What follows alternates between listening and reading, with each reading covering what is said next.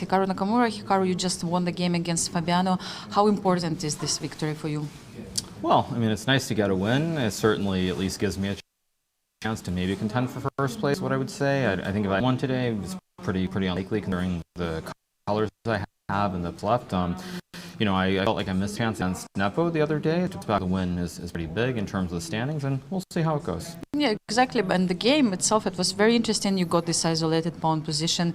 Do you prefer to play those positions with the isolated pawn, or it doesn't matter? Well, but I mean, the thing is, first of all, I've played Fabiano a million times, and I've also seen him at many tournaments, so I have a pretty good idea of how he likes to play. And I mean, I think, lulled him into this false sense. Like, somewhere around here, the game is just equal. He should go bishop e6, make a draw, and whatever, that's life. But when he played knight to f6, and then he went for this. Like, I already knew here that after takes and knight d5, he was trying to keep the game going. But I think objectively, it's easier to play for white. I mean, like, I don't want to speak negatively about Fabiano per se, but I felt like he was treating this game or this position like keep the game going. But in return, he's giving me the two bishops. And I mean, against a 2600, I think this is a very good decision in an open. Like in the Grand Swiss or something, I would be a big fan of this decision by Fabiano. But in the candidates here, where I mean he is a good scorer, to go for something where I think there's very little risk for white and only risk for black, I think is kind of silly. And it was all kind of, I think, okay for him. So you became a little bit too optimistic here, yes, at this moment when you got this position. I just figure I have two bishops. I can never be. I mean, I can never be worse because also his pawn's on a6. If the pawn's on a7, he can maybe go b6 also. But with the pawn structure, I mean,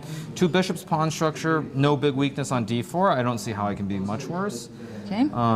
And also my play, I think, is very simple. Once I'm able to get to this position with queen d2, where I bring the rooks in, once we get the middle game out of the way, kind of, it's still okay for black, but it's tricky. Like, I mean, yeah, maybe bishop d5 was a move that I considered, but I thought there was knight h5 or even rook g4. And I mean, I don't know how easy it is to play for black here.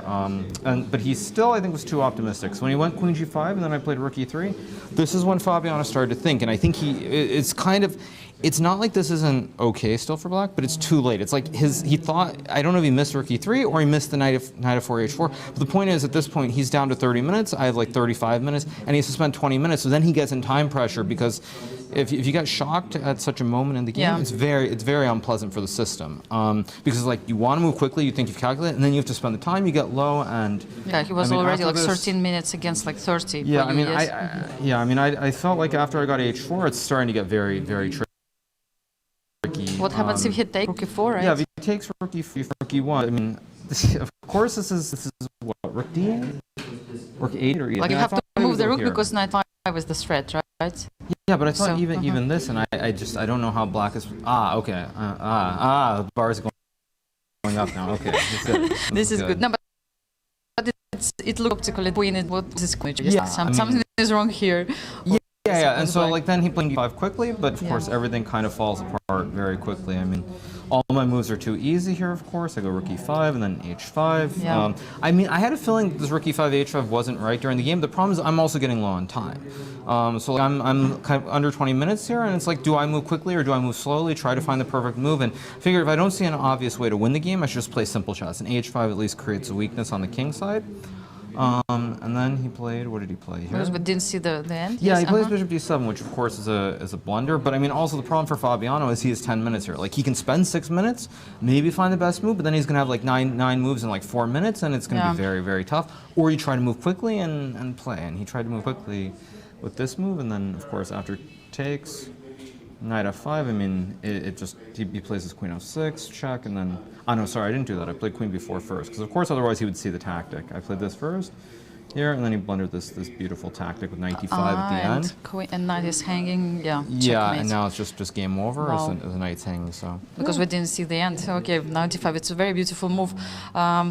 Should be happy with the result, but in general, I paid attention that you have quite a good mood before the game. You were chatting with the honorary guest today. I think you know him from before, yes, Michael Hayat? Well, I mean, most things that I'm interested in, and anybody whose thing actually worthwhile in the world is always very interesting to talk to. So, yeah, I mean, I've been in a good mood. I mean, pretty much the whole side outside of round 2, but in general, I feel great and I'm enjoying it. It's been fun. Yeah, and the last question today, Garry Kasparov has birthday, and I mean, can you say what impact he had on your career, on your chess? Yeah, I mean, obviously, Garry's had a major impact. First of all, as a little kid, going to the match when he played Anand, I mean, the famous Game 10 where he played this knight g5 sack, that World Trade Center game. I mean, from that to watching him play in Vike on Zay and, Linares and everywhere else, as a little kid, he was someone that I aspired to be like. So he's done a lot for the game of chess. I've been a little bit fortunate because I worked with him briefly in 2011. Yeah. And then also, I've had a chance to play him in some of the St. Louis events, which has been really, really nice. I mean, and even if he's not at his prime, I mean, he's still yeah. Garry. He's one of the greatest ever. So it's just, it's been an honor to at least, to get to know him and to have learned something from him over time. Definitely. Thank you so much, Hikaru. All the best in the next rounds. And we're going back to Nazi, Yasser, and Miro.